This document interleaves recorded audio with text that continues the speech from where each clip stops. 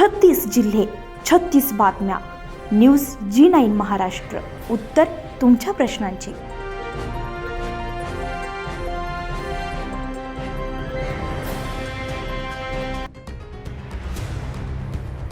बोदवड तालुक्यात 2-3 दिवसांपूर्वी झालेल्या वादळी वाऱ्यामुळे येवती शिवारातील वीजवाहक तारा व विद्युत खांब कोलमडून पडल्याने परिसरातील वीज पुरवठा पूर्णपणे खंडित झाला आहे.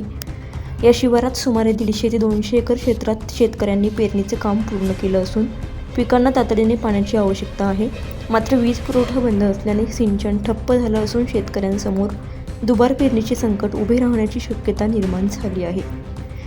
या गंभीर समस्येबाबत वारंवार तक्रारी करूनही विषय मार्गी लागत नसल्याने येवती शिवारातील समस्त शेतकऱ्यांनी भारतीय जनता पार्टीच्या बोदवड तालुका कार्यालयात धाव घेतली. शेतकऱ्यांनी आपली व्यथा भाजपा तालुकाध्यक्ष अमोल देशमुख यांच्यासमोर मांडली.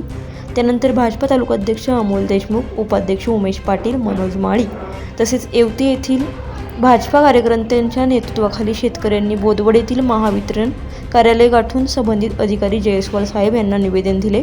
यावेळी शेतकऱ्यांनी परिस्थितीचे गांभीर्य लक्षात आणून देत तातडीने वीज पुरवठा पूर्ववत न झाल्यास पिकांचे मोठे नुकसान होऊन दुबार पेरणीची वेळ येऊ शकते अशी भीती व्यक्त केली. यावेळी तालुकाध्यक्ष अमोल देशमुख यांनी सांगितले की शेतकऱ्यांची आर्थिक परिस्थिती आधीच बिकट आहे. अशा परिस्थितीत पिकांचे नुकसान झाल्यास अनेक शेतकरी अडचणीत सापडू शकतात. राज्य शासन व महायुती सरकार विविध योजनांद्वारे शेतकऱ्यांना आधार देण्याचा प्रयत्न करीत असताना संबंधित यंत्रणांनीही तत्परतेने सहकार्य करणे आवश्यक आहे. शेतकऱ्यांचे म्हणणे ऐकल्यानंतर जयस्वाल साहेब यांनी तात्काळ कार्यवाहीचे आश्वासन देत वीज वाहिन्यांची दुरुस्ती व तारा जोडण्याचे काम त्वरित सुरू करण्यात येईल. तसेच उद्यापर्यंत शेतकऱ्यांच्या शेतात पाणी पोहोचेल यासाठी सर्वतोपरी प्रयत्न केले जातील असे स्पष्ट मत व्यक्त केले. महावितरण अधिकाऱ्यांकडून मिळालेल्या आश्वासनानंतर येवती शिवारातील शेतकऱ्यांनी समाधान व्यक्त केले असून लवकरात लवकर वीज पुरवठा पूर्ववत होईल अशी अपेक्षा व्यक्त केली आहे. न्यूज G9 महाराष्ट्रासाठी प्रतिनिधी ईश्वर वाणी, बोदवड, जळगाव.